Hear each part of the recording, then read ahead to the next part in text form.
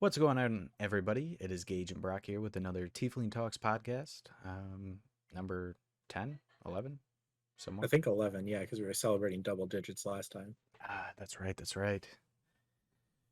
Yeah, Oh I hope boy. everybody's had a good week and time to hear more of our voices. Yeah, hopefully you're in for a penny, in for a pound, and, we're just here to hang out, have fun. So the first thing that we were actually just talking about was our computers and our monitor setup.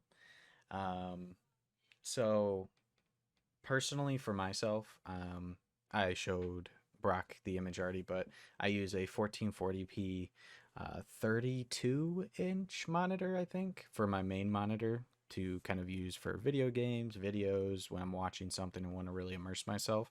It's a really great kind of bridge between 1080 and 4K. It gives you that really high fidelity clarity in the images when you watch stuff.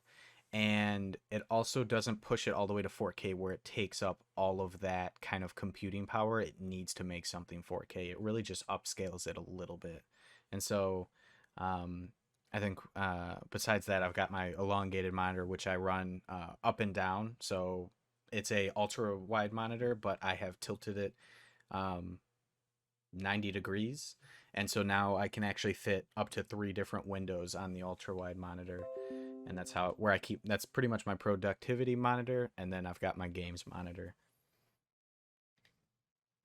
Yeah, and quite the opposite over here. I've got four different monitors, all that are like much older. Like my setup is a bit more antiquated.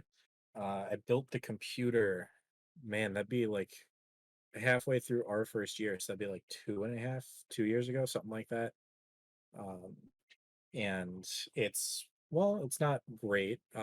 It definitely does the job for sure, but it's running four monitors that are all much older. I think one's like a TV, and they're all low resolution. But I've never played like, or I've never had an Xbox One or like anything with like high definition graphics. Like I used to be an Xbox 360 and PS2 gamer before this, so I'm used to The the low 720. resolution. Yeah, exactly. Yeah. So I've never seen like crazy high resolution. I've never felt the need for it, honestly. Yeah. So I And mean, I wouldn't push you to go out and get it by any means. If your setup's working for you, it's working for you, you know. I real quick sidebar. When you said you had four monitors, it just instantly popped into my head.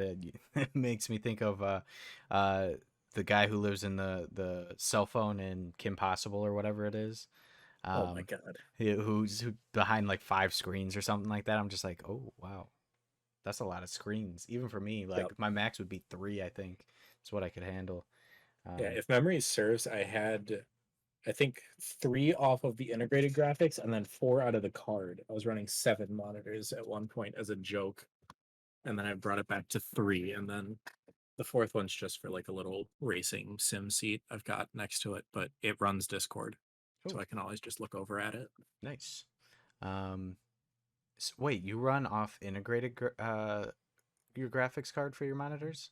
No, my monitors all run off of the graphics card right now, but when I Okay, was running the seven cards at once, I allowed integrated graphics to dual run with the graphics gotcha, card. gotcha. I was about to say, man, please don't be continuing to run like integrated graphics card. That shit overheats your CPU so quick. No, but one thing I actually did want to do and tried to do and blue screened my computer and had to reload Windows on it for was I tried putting a second really old graphics card in that I had lying around because I wanted to run um just my primary monitor on the good graphics card. I don't even fucking remember what it is. And then run all of the other monitors for like web browsers, YouTube and stuff. I wanted that to run off a different graphics card. And in the process of installing the drivers, I fucked up so badly that I blue screened my computer and lost everything. Yeah, don't I've never done anything like that, so I don't know how well that stuff works because I've done the dual graphics cards, but they're the same graphics cards. I've never tried to bridge two separate graphics cards because what winds up happening is the pathing systems for Basically for the information that comes from your hard drive or SSD or whatever, usually only have a direct route towards your graphics card, your processing power, and stuff like that. So to split that and stuff is above my head. Yeah, I very quickly learned that just YouTube and forum posts were not enough to give clarity on that. But I didn't have anything of super importance, save for one of our podcast episodes. I think like the first one or the second one. Um, that was kind of fun.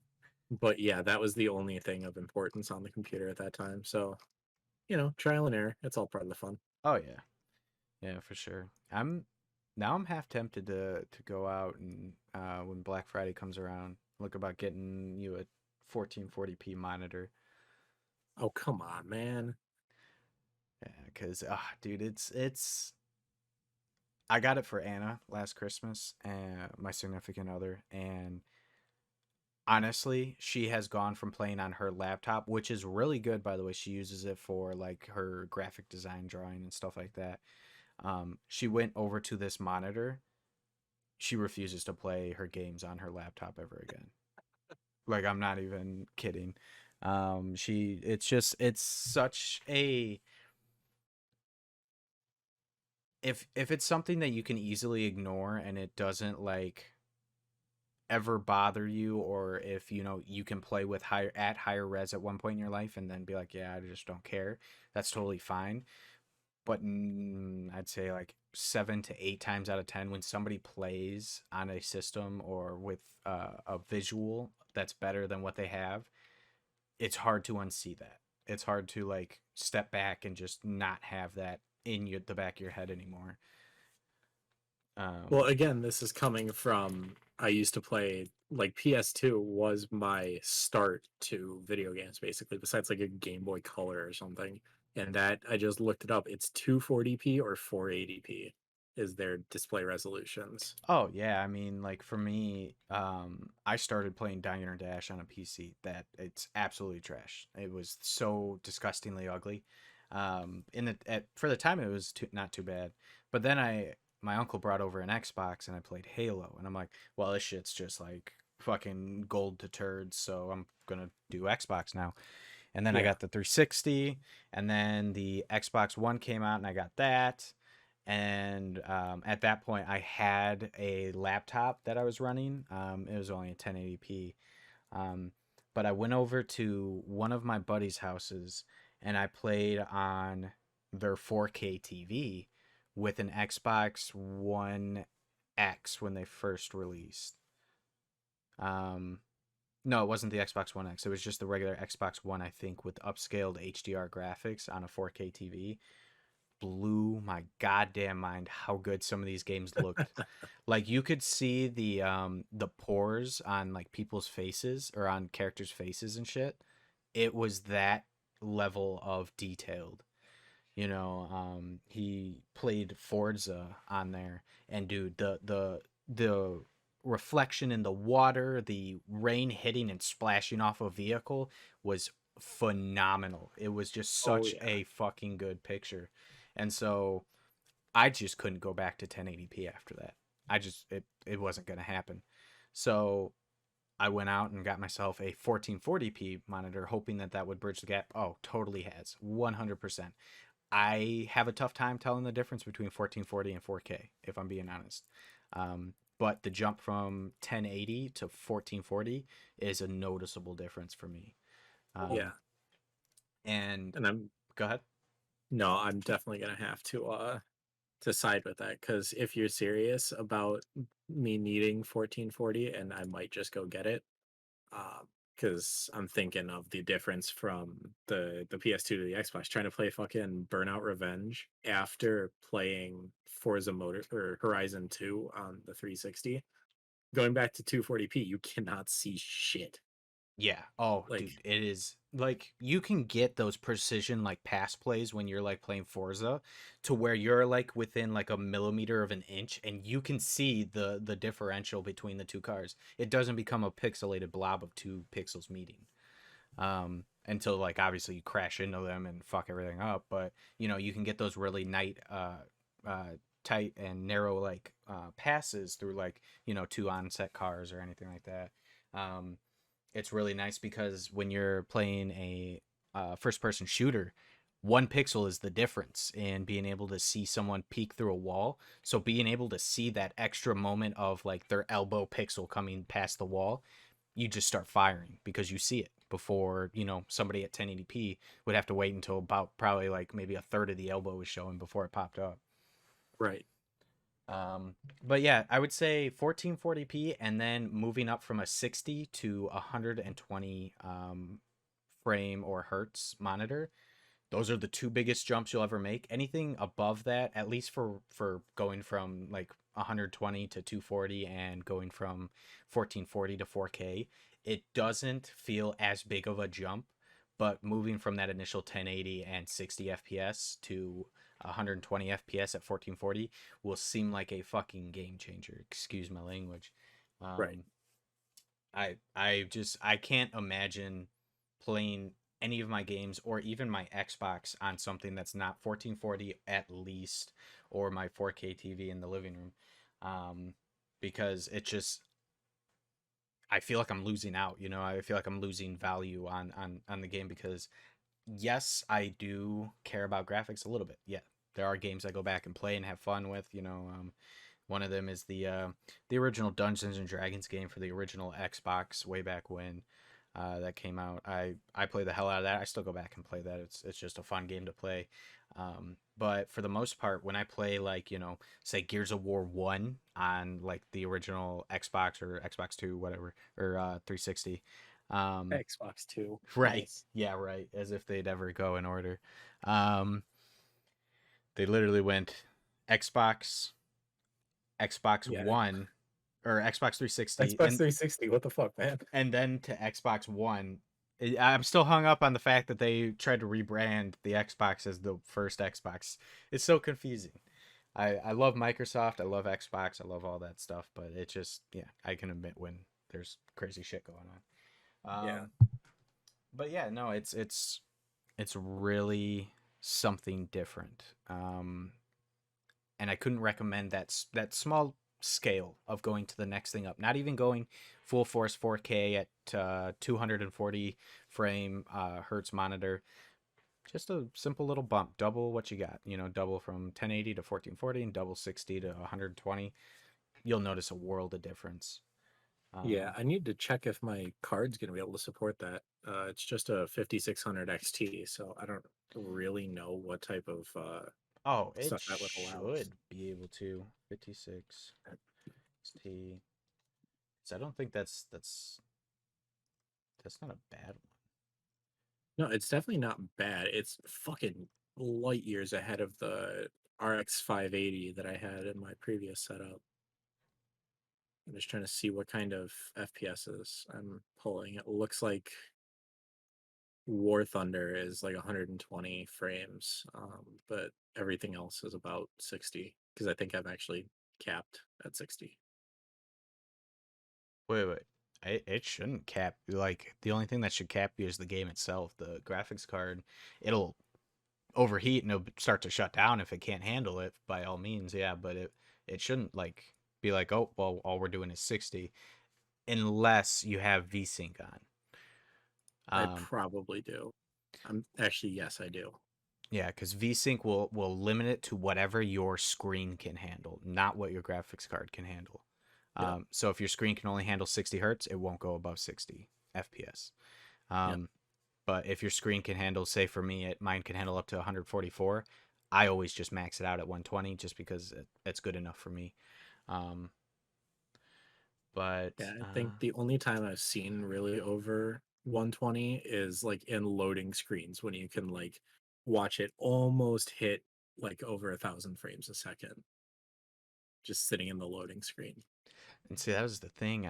We played Minecraft, and I think I played with ray tracing enabled or like this really like intensive mod pack. I think or skin pack, whatever you call it. The Texture pack, yeah. Yeah, where basically it just puts a texture over everything and texture pack. There we go. Um, I played with this one where it's really intensive on your PC, but it looks so good. I think I showed images of it like way back when in the original campaign Discord. Yep, I Um, remember this. and it was just like so detailed, the sand, the rocks and everything. It was like there was just so much like depth to it. And it was so nice, but yeah, no, I couldn't get above like 45 frames. Yeah, I think I actually remember that server, if memory serves. Wasn't that the one you were hosting and we put a bunch of plugins on? No, this was just a single player server I jumped into. I didn't want it to like mess anything up like server hosting wise, so I didn't want to test it on the server because I didn't want you Okay, guys to jump in and like have it load the texture pack for you guys, and then all of a sudden you guys can't do anything sitting at like 1 frame. that's true. Okay. Um, but with that being said, I mean, uh, yeah, no, if I leave Minecraft, just at max settings, I get like 500 frames. Yeah, that's that good shit for sure. Yeah, And I can't even do anything with all those frames because my monitor can't even go that high. So it's just like, okay, well, let's limit it to 120 here. Because if I let it go like just rampant whenever it does, it doesn't fully load in all the chunks around you. So some chunks will just be missing for a little bit and then they'll pop into existence. And it's like, hmm, I sense I've made a mistake.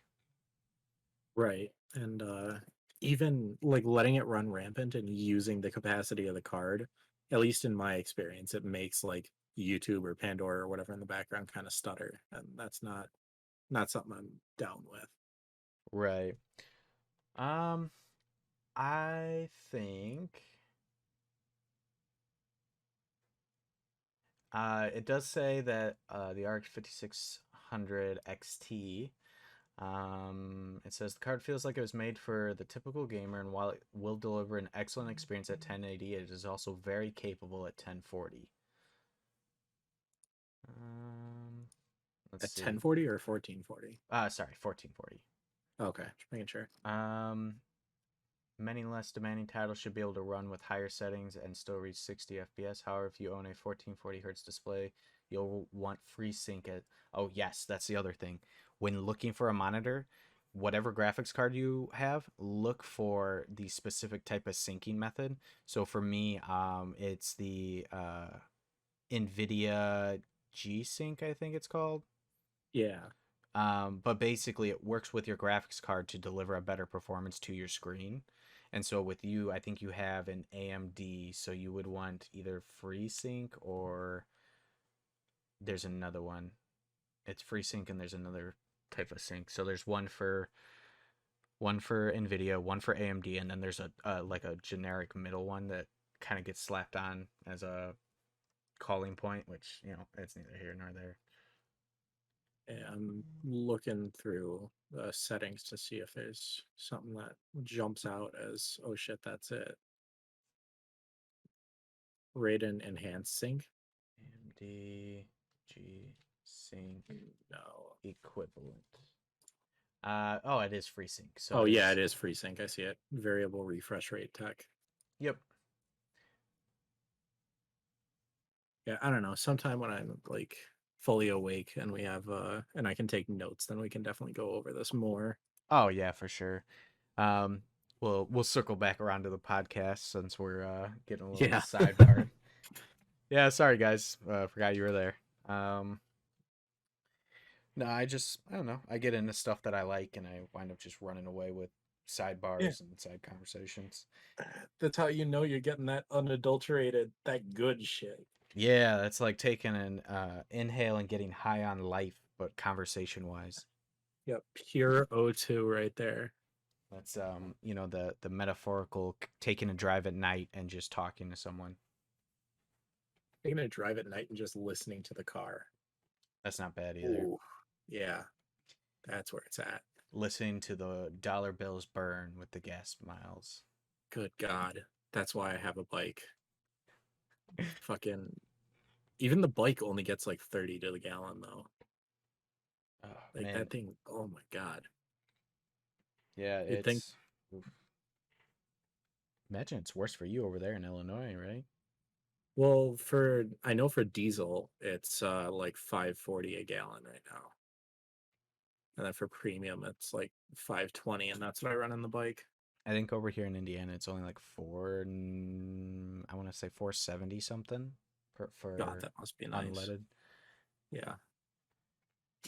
Yeah, I mean, Van, for context, my 93 extended E350 with the big 7.3 diesel in it is 19 to the gallon on the 540 a gallon diesel. That hurts to hear. It does hurt, but it's still better fuel mileage than what my folks drive. That's fair. It's a fucking 2010 Nissan that gets 15 to the gallon Yeah, on we regular gas. when I worked at my previous company, they had a work truck. When it wasn't pulling anything, it would get about 16, 17 miles to the gallon for diesel. When it Yeah, was pulling something, it gets about 9 to 10 miles to the yeah. gallon. Now that's I definitely feel that. But when I'm pulling, we've got a car hauler and then whatever car happens to be on it. The hauler weighs 2,000, the car weighs about 5,000. My mileage goes down from 19 to 15, which is Ouch. not a lot. That's fucking efficient for pulling an extra Oh 7,000 yeah, pounds. but still, those 4 extra miles. Yeah, yeah, over the it's span of like 600 or 700 miles, it fucking adds up. Oh yeah. I mean, yeah, I guess the difference with the work truck was we were pulling like I think a 7 or 8 thousand pound trailer with like 20,000 pounds of modules on them. Yeah, fuck that. Yeah. What were you guys pulling that thing with? God damn, was that like an F450, like with the open bed or something? Yeah, I think so. One was we had a gray Dodge. We had um oh god, we have a dually. Okay, And then yes, I think the other one was an F450. The back we had to reinforce the back two wheels with an extra set of wheels. Um, yeah, that makes sense. and so yeah, it pulls all this stuff and everything, but even those are falling apart now. And oh, I'm so glad I'm not working in that workspace anymore because my old man works still works there, and I just hear him coming back of all the horror stories going on there, and I'm like, can't be me anymore. Yeah, good thing you got out. I tell them all the time, start throwing your application in for other places, do what you can, get the hell out of there. Is doing nothing but taking years off your life. Just the mental stress of it all is not worth it. People want to discredit the fact that, oh, you're physically fine, this and that, then you have nothing to worry about. But Yeah, that's bullshit. Like yeah. mental still takes an effect on your life. It doesn't have to be physical trauma. Oh yeah, I mean the stress from working there. I think let's see, 24 while working there. My significant other Anna had pointed out to me that I had about like 12 to 15 gray hairs already. Um, That's god damn, you're old. well, I am now at 26, but I have a lot less gray hairs now because after like pulling those out and not working there, I just don't stress that much. And Yeah, I get that bit of I don't know what's it called, oxytocin or whatever, basically that good feeling when I oh run a yeah, game and at the end of it everybody's really happy and satisfied with how it went. Like that's so reassuring to me because it means I've delivered a great experience and I've done something nice. I've made somebody's days a little bit better, hopefully. right. Um, and I don't know. I always like that feeling of doing for others and helping others out when I can.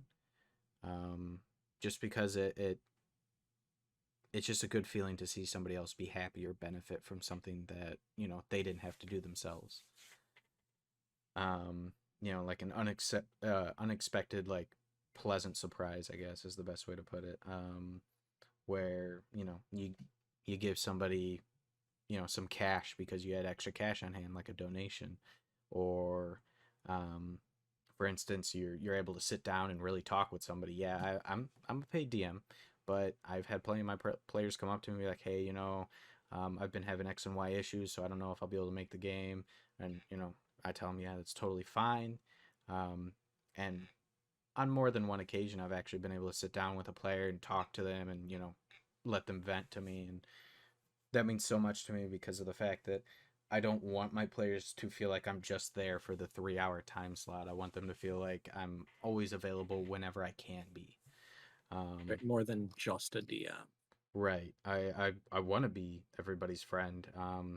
The double edge of that is I feel like shit every time I have to charge somebody I consider a friend. But the other side of it is I want people to know that they can A, trust me, but B, I'm 100% here to help however I can, whether it is literally just being somebody to talk um, to kind of be somebody to pull you out of your own head and put you into a new play space, and just bring a overall kind of comforting and fun environment.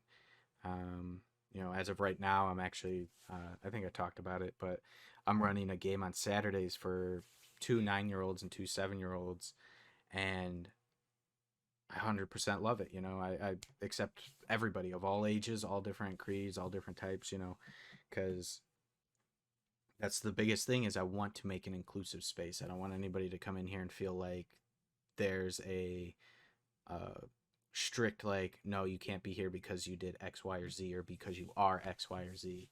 Um, I want everyone to walk in and be like, hey, yeah, I feel comfortable here. I'm ready to keep playing games, and I see you've got quite a few variety of games to play. Yeah, and being able to offer that open environment to everybody, that like welcoming feeling is definitely, like you were saying to me, even from the get-go was important, but now more than ever, and especially with new DMs, being able to pass that on to them, I see what you mean. Yeah, that's why I've opened up my DMs, not my DMs, but like I've opened up dungeon master slots that I originally had at 2 to 4 now, and I think I'll be having another one, or not another one, but I'll be having somebody fill one of those roles here shortly. I got to reach back out to them, but I want to kind of instill that into the next set of DMs. I don't want to change your gaming style. I don't want to change who you are core fundamentally or anything, but I want to kind of give you that, like, for lack of a better term and using a weeb kind of phrase, the spirit of fire, basically, from Naruto. Um, I want to pass on the torch to where people can carry on that ideal of creating an inclusive space for everyone and making it to where you never feel like you have to leave because something you are or something you've done. None of that matters. This is a fictional space. It's just where people can be cool, have fun, and enjoy themselves. I don't want any political, no weird shit. Just have fun. I'm not trying to push any agendas. I don't expect my players to push any agendas. You know, when they come to me with a character idea, like I want to fight the patriarchy and this and that, and I'm like, okay, a little hesitant at first, but let's hear you out. Let's talk to you. Let's see what you want. And I found out that it's not like, oh, I'm going around to burn down government buildings and this and that. I'm just here to, like, I'm going to protest when I see something I don't like, or call something out. I'm like, okay, that's totally cool. As long as you're cool with staying within the confines of, if it goes against the group too often and you create friction, then we are going to have to kind of reevaluate that. And they're like, no, that's 100% cool. I don't mean to cause any trouble for the group. It's just kind of like a little bit of flavor to my character. And I was like, yeah, 100%. That's totally cool. As long as you're Yeah, not creating an issue for anybody. right. Having a gimmick for your character is very different from like derailing the game. One of the ideas I've got that I've been kind of holding out on for a game is the human fighter, who his name is Jake the Human Fighter, and he's a human fighter, but he also fights every human he sees. So it's like a little disruptive, but he is the human fighter. So uh, I think it would work for one session and one session only until the point where you've fought like 12 people and it's been derailed to that point. Then it might get to the point where, I might step in and be like, all right, well, they're just going to have to put a blindfold on you. You're going to have to be cool it with would that. It would work for your evil campaign, maybe. Oh, for sure. With an evil Yeah. campaign, yeah, you could definitely get away with that. There's not much that I'm going to say no to in an evil campaign in terms of like where stances are. There are some things I will definitely talk to the group about and make sure I know where the triggers are on certain things. Because that's going to be a big one with the evil campaign because, evil campaign is typically linked with some pretty, evil is linked with some pretty typical nasty shit in the world. And so being able to kind of make sure I know the triggers, like if anybody has issue with, um, sexual assault, domestic abuse, stuff like that, then obviously that stuff's out the window. But that's something that still gets touched up in my games. It doesn't like have a full descriptive scene. It's kind of like that fade to black moment where it's happening. Right. Um, to give an example of something that's pretty grueling and pretty like could be triggering to some people. In my Silver Dawn campaign, the first thing you guys see when you guys go out and investigate these two areas is what looks to be like concentration camps. It is very much skin and bones. I described the scene of them being beaten, bruised, and stuff like that.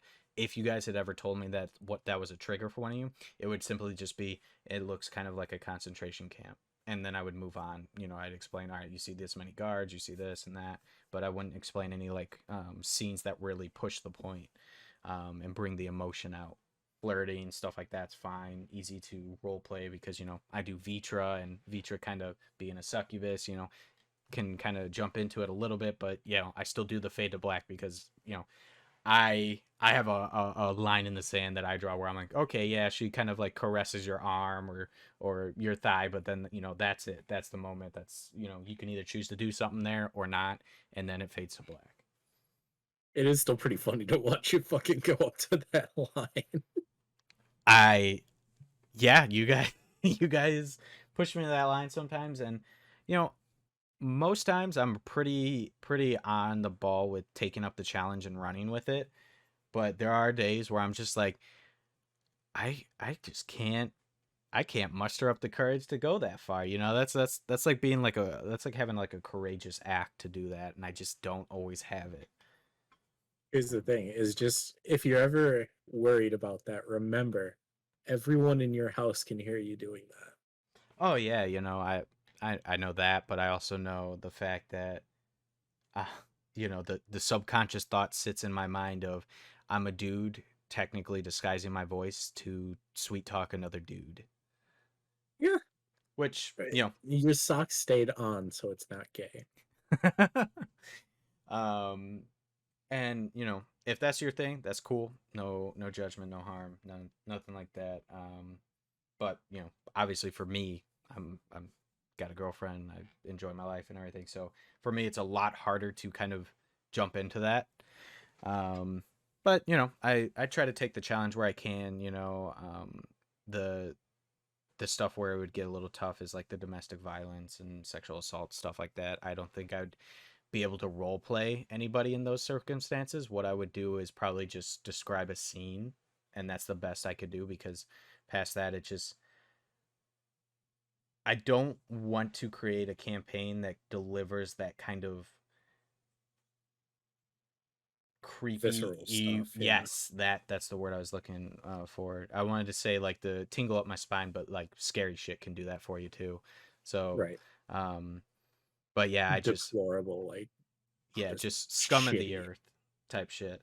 And it's Yeah. that stuff's tough for me. I don't think I'd ever be able to role play that. It's just something that I can't as a person put my shoes in or put my feet into the shoes of someone who could even think about doing something like that. So I just try to describe, a scene, whether it's something that's been motivated by something I've seen before, whether it's on a TV show or movie or whatever or whatnot, and I'll describe a scene, and if a character ever wants to talk or like role play into it, then I would just be like, okay, well the role play is going to be a little different for this one. It's going to be something along the lines of me kind of just describing how the character kind of talks to you and what they kind of portray. I can't in good conscience as a DM, or as a person, as a DM, give you the experience of role play that you're looking for. So if you want, we can either skip this, or and kind of come to some sort of middle ground meeting, or like I said, we'll do this kind of third person type deal. Anyway, Yeah, how about after that topic, huh? that depressing sidebar, so we'll move into the to give some bad publicity. We'll move into fight night. I'm just kidding. I do want to kind of talk about what your thoughts about last fight night were, and what you think the pros and cons were, as well as maybe what we might be able to do next time to say fix some of the cons, if you have any at all. Um, I'll let you go first, and then I'll kind of throw in my 2 cents at the end. Well, I think that last night's fight night was not necessarily a failure. Well, it's never a failure because it always brings the group together and like gets everybody bantering and stuff, but it definitely did not go smoothly, as did the first fight night. And I think a lot of that is just we're introducing higher levels and higher level spells, and we're not clearing the interactions with these spells before the fight begins, so that they have to be cleared during the fight. Other than that, really, like everybody's builds were interesting. What they were trying to do was very interesting. We had one team who uh, used pyrotechnics on a torch to fill up their little wall of force sphere that they were all trapped in with smoke so that nobody could teleport inside because they couldn't see where to go. And then they were trying to use creation to create some a scroll of comet, if memory serves, and just nuke the field. So that was like just a power up and wait for the creation to go through. And the other team was just trying to rush them and take it down. Psychic lances, I think, and were really the only thing to go through besides a moonbeam. And it was just trying to figure out, like, okay, what can and what can't penetrate the wall of force. That's what caused the majority of the problems there.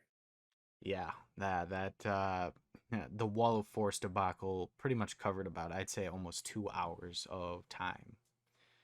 Um, Looking back at the footage of just debating it and going back and forth between what spells can and can't enter, what rulings go with those spells, what everything works with vision, sight, sound, what's physical, what's not. And then, bringing in a second wall of force created a whole nother can of worms that opened up. I think the workaround we need to do is, when we see instances like this happen, we need to figure out what spell it is that's causing this instance, and then we need to like take that spell aside and look into it and figure out, okay, what exactly did people have issues with? Where did Wizards of the Coast not make specific ruling for this type of instance, and what do we need to fill in with our own ruling, as hosts, basically? Because that's all it is it's a lack of wording and interpretation from two opposing teams. And both teams want to be right because it means that they get the benefit of their argument, and so no one's willing to give any ground or try to see anybody else's point of view. They're just simply arguing. um it isn't until a match usually ends, or like the turn moves on, that they kind of look into it and they're like, oh yeah, I guess, okay, yeah, I guess you're right. But until that happens, we sit there 30-45 minutes on one turn. It's not bad. I do enjoy the banter, but it is that kind of debating that's the issue. When And it's tough because team games are even tougher, because then you have bias on the argument. But in 1v1s, if you let the crowd decide, I don't see why that's not an issue. Um, but when it came to like voting and stuff like that, it's really tough because some people are in favor, some people aren't. It was really interesting watching Wolfgar go with HP instead of what was the other one? Just a draw, I think. Yeah, a draw. And so it was interesting to watch him do that, because him doing that caused the entire everything to just go towards, I think, was it red team. Yes, red team ended up winning, and Wolfgar was part of blue team. Right. So if Wolfgar had stayed with blue team's vote, then it would have been a split 4v4 and it would have came down to you. Yeah, and I was gonna throw that on you, honestly. Like as soon as you pop back in, I was gonna say, "Well, Gage is the deciding vote." Haha. Yeah, I realized that. I know you said that earlier too, and I forgot what the Cleverly, yeah. yeah, there was what was it? What was the what was the other thing I had to decide where I was like, no, I don't have to decide because X, Y, and Z said actually said this. It was that. It was because Wolfgar had said HP. Oh, yeah, yeah, yeah. Okay. I thought there was another moment like that though. Nah, either way, Hmm, does not matter. yeah. Um, but yeah, no, it's interesting. I still want to explore the thought of team games, but I want to do it in a controlled setting. I think at least from my end. Obviously keep up with the Saturday fight nights and stuff, but I don't know. I might utilize like my Wednesdays off to do like a team night or something like that, where Oh, absolutely. we get I'm thinking we start out something smaller. We do like 3v3s, and we do like dedicated characters made towards certain classes, or at least a dedicated class to use. So you get 5 levels into um your team of 3 gets to choose between 6 classes: a wizard with 5 levels, a fighter with 5 levels, a paladin with 5, a rogue, and then finally maybe a sorcerer, cleric, druid, whatever we want to put, however we want to do it. But each side gets equal opportunity to choose those classes. Where they get to optimize comes in with them choosing their own race, them choosing the ASI if it has it, or a feature, and kind of optimizing the subclass that goes with it. That's how they get to change it up on their terms. But we get to control the fact that they've only got so many classes, they can only do so many things, yada yada. It's more so not for the broken aspect, but more so of the just fun team type combat and objective based stuff. Um, Right. So giving them a template to fill in, and then they use that and their creativity for customization. right. And so I don't think that's too bad of a deal, considering that there's like what 8 9 subclasses per class, so you've got a lot of choices there. And then if we announce the teams before, they can talk with their teams, do team strats on, oh, okay, you pick rogue and then you go this, I'll go this and do this. They still can make those strats. It's just now they are limited in how much a single person can accomplish. It is no Sure. longer a one hit AoE kill for everybody. It is now, all right, I got to stack with you to stack with our third. So that way we create this powerful, moment of them being entrapped, and then we drop a fireball on them, whatever be the case. But I want to focus. I think it really inspired me after last fight night to kind of look into like team based games, capture the flag, TDM. I'm thinking King of the Hill and oddball type deal where basically the team that holds the object the longest wins, and then the other one is whoever can hold the capture point the longest wins. And I'm thinking of going in and using the Dungeon Alchemist, or Dungeon Alchemist, to make like these really intricate maps with like hallways and various kind of lines of sight and everything, and then like a center open room that they can meet in, but basically like multiplayer maps, for lack of a better way of saying it, where there's different aspects to it. There is a large room you can meet up and fight in, but there's more. There's hidden pathways. There's 3 different pathways you can take. There's an underground pathway. It kind of open up the field in terms of different ways you can do, and then capture the flag. I know I'm rambling on a little bit, but it really inspired me to kind of get going on those team-based games, because I think there is a niche for that, as long as it's played in good fun and it's not meant to be like a you need to just be so powerful that the other team never has a chance. Yeah, I think if the team games like that were limited to like marshals and quartercasters, I think even half casters maybe to like allow paladins and stuff. But yeah, I could see that being fun because I mean we did the Blood Gulch from CE Oh yeah. as like a start to incorporating larger like multiplayer maps, like you were saying. Um, and yeah, that could definitely has room to expand. And I've got the rules for Capture the Flag, and then the start of Juggernaut rules as well. I really feel like they would have went all game without realizing there were teleporters on the map, and that would have made me sad. That would have been pretty sad, but it all worked out. They actually did get used once, which Yeah, was yeah. And we didn't make them come out of the other side covered in like black tar or anything. It's a reference back to Red versus Blue. It was hilarious. Um, they discovered teleporters in Red versus Blue, and like one of them went through it, but every time they went through it, they came out and their armor was just covered in like this black goo every time it happened, and it was okay. just hilarious because it only happened to them, nobody Okay, that is else. funny. And so every time, he knew what would happen when he went through it, and eventually it came into the plot where that was used and everything. But yeah, I mean, it's cool stuff like that. I want to branch out. I want to expand on the play space ideas that we have because you know, um, I don't want to set a brand of just one stagnant thing because if we do, then we become known for that one thing, and all our other ideas fall to the wayside because now we got to focus on that one idea and pump it up as much as we can because it's the most successful. Whereas now with bringing in more DMs and also kind of finding a template and a system that works for all of us collectively, I think now is the best time to start introducing new ideas and new concepts for different ways you can play D&D. Um, the biggest one being the team objective games. Um, I'd eventually like it to get to the point where um, we can incorporate like themed type uh 3v3 type stuff where basically instead of like in Halo having like a warthog or mongoose on the map, you have a chariot that you can drive around.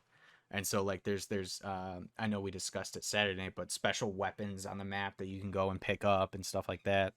I think that'd be a really cool concept to play around with, and I've it just really inspired me to like start thinking of cool map designs as well as um, creating good game mechanics that'll work with that. Yeah, we'll definitely have to delve deeper into that. I definitely like the idea of opening up where Wednesdays is for team games and then Saturdays is for solos.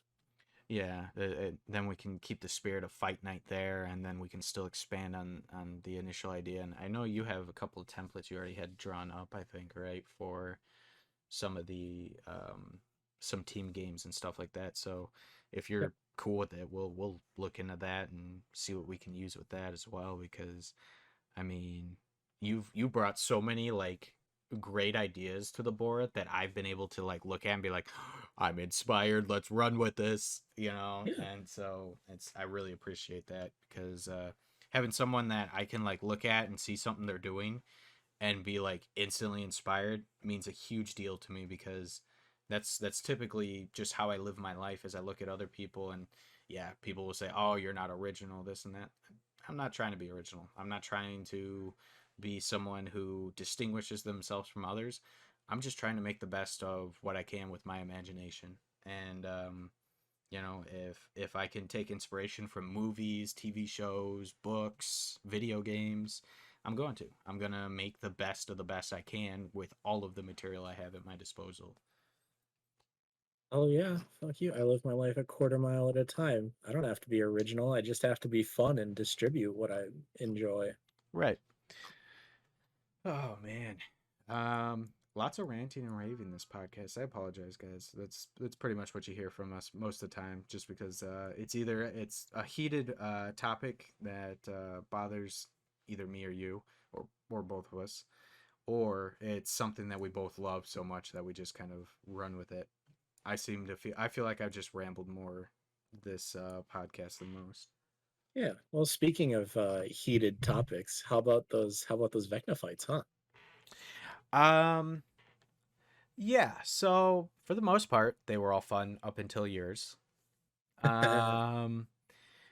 But more or less, it was. they're not over. I still got like 3 more to host, I think. Um, but all in all, they were pretty fun. As a DM, I really enjoyed it because I didn't have to do a whole lot of prep. It was to set the scene for everybody. The Vecna fight was at the beginning of a session. I have my characters go ahead and make a level 20 character. I prefaced to them before that they would be making level 20 characters, so they could have done some before reading and kind of looked into classes and stuff if they wanted to. A few of them did not, which was painfully obvious by the almost hour and a half time it took to make a level 20 character, which I totally understand. There's a lot to understand with a level 20 character.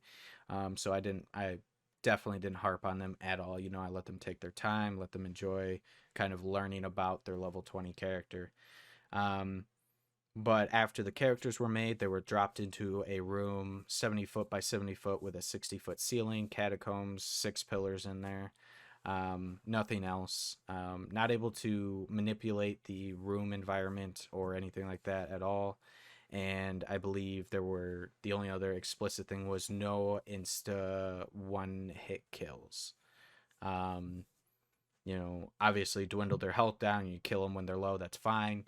But you ain't gonna pull out a wish spell and wish them away or anything like that. That's something I kind of banned right off the bat. But all in all, the fights were good.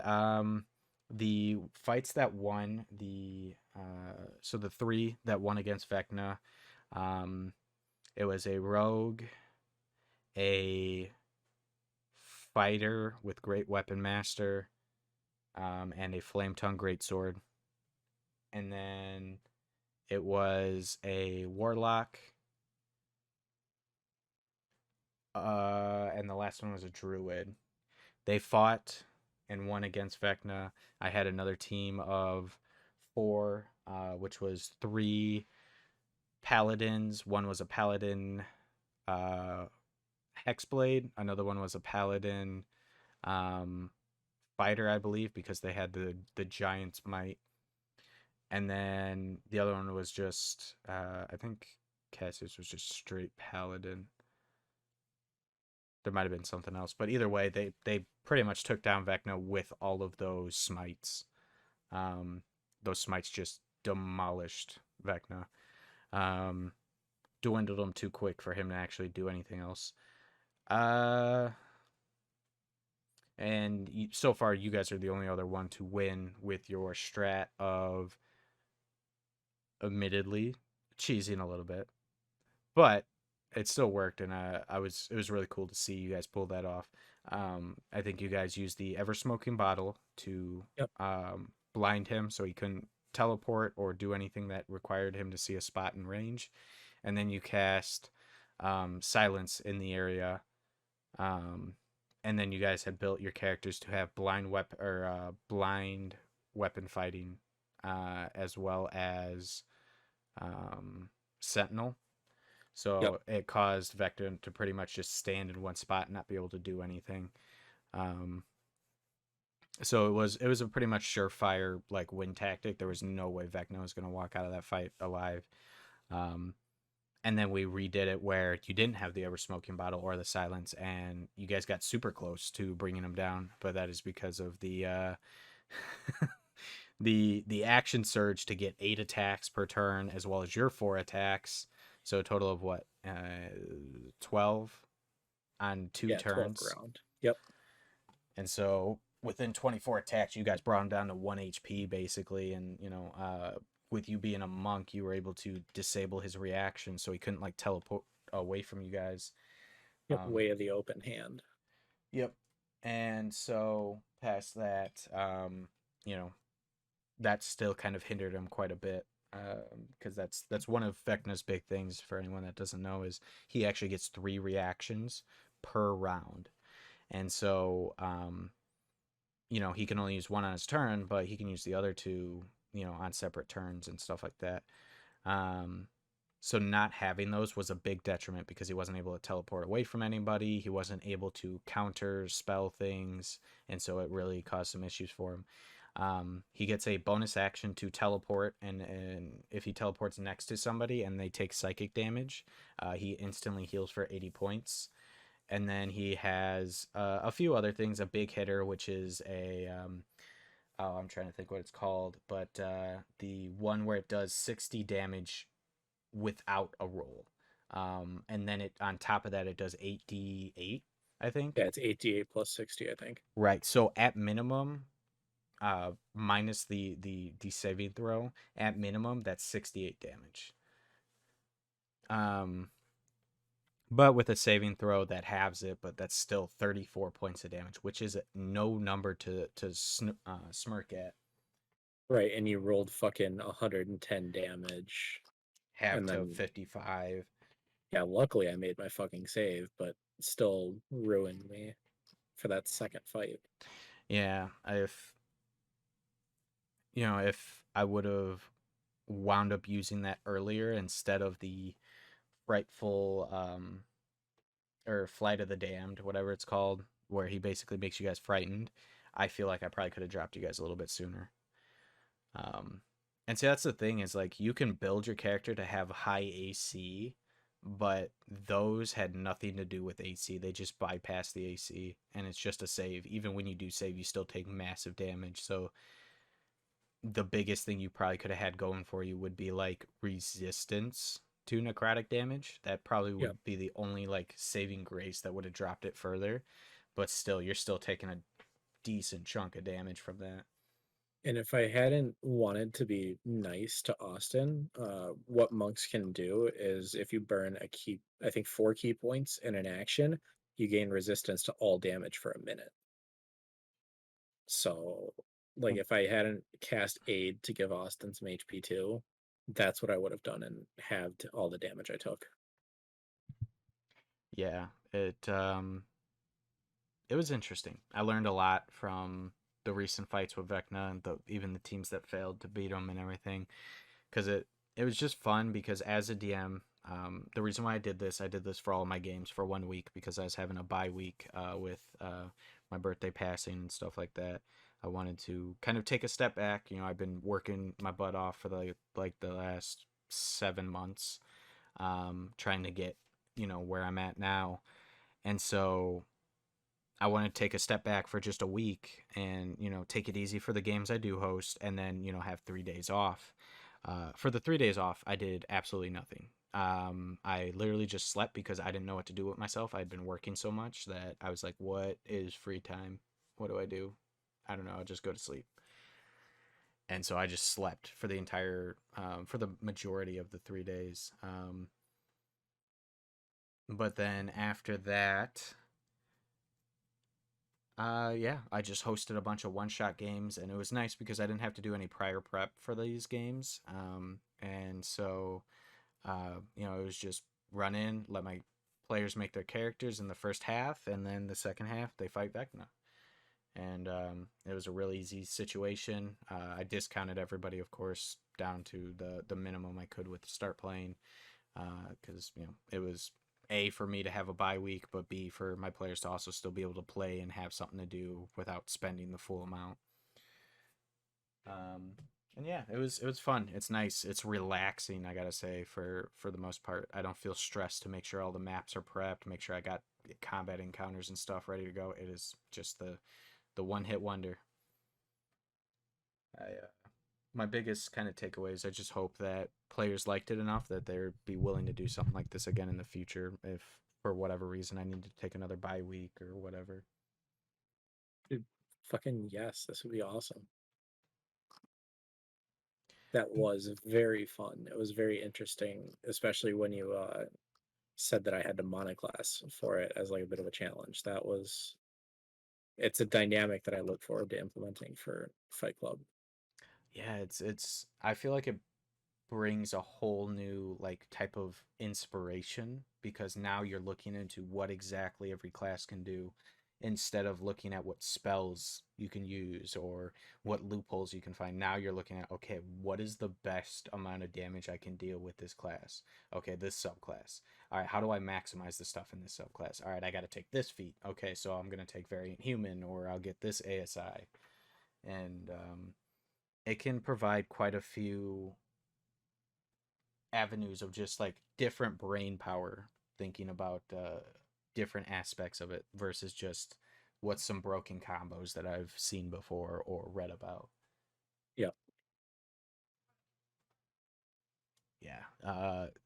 The the Reddit that they all came from, that they were talking about. I was like, I was listening, they were talking about it. I'm like, God damn.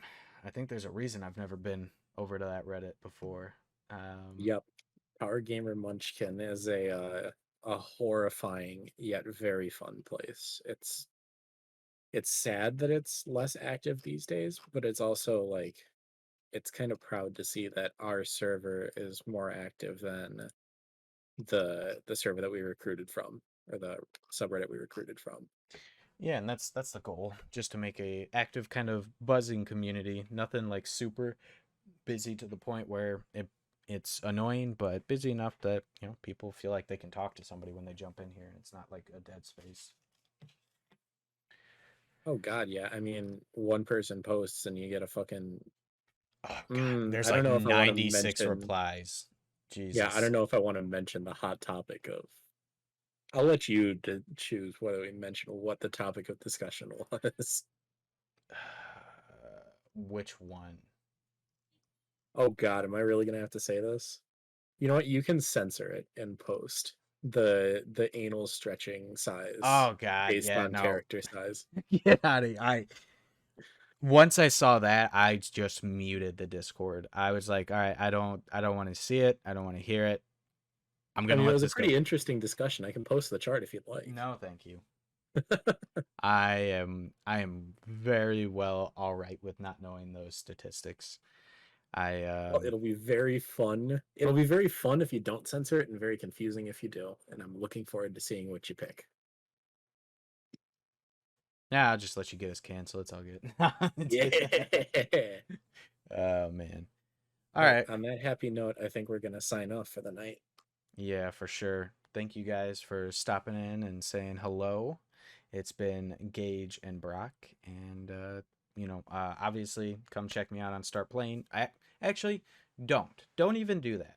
Subscribe to this man's YouTube, and once you have done that, once you have followed us on wherever this podcast is, I am going to put a link for the Discord. Join our Discord. That's it. You don't have to buy any of the games. You don't have to play in them. Just join in, talk to people, hang out, talk to us, at us, whatever. We're always more than happy to talk with people when we got the time. And um, if you go down in a fight club, it's always active. Be forewarned, though. That's all I'm going to say. Yeah, no kidding. But yeah, uh, jump into the Discord, say hi. Like I said, leave a like, comment, subscribe on the YouTube video. Follow us on the podcast sites. Anything from your end? I think yeah, just YouTube channel. We also are on Twitch. We try and stream the fight nights whenever we can. I know that Gage said not to, but of course I'm going to say that you should go check out his Start Playing. But yes, definitely join the Discord. Again, no strings attached. You can leave if you want, but it's quite the community. You'll be chuffed. I like that word. But yeah, thanks for stopping by, guys. We'll see you next time. All right, take care.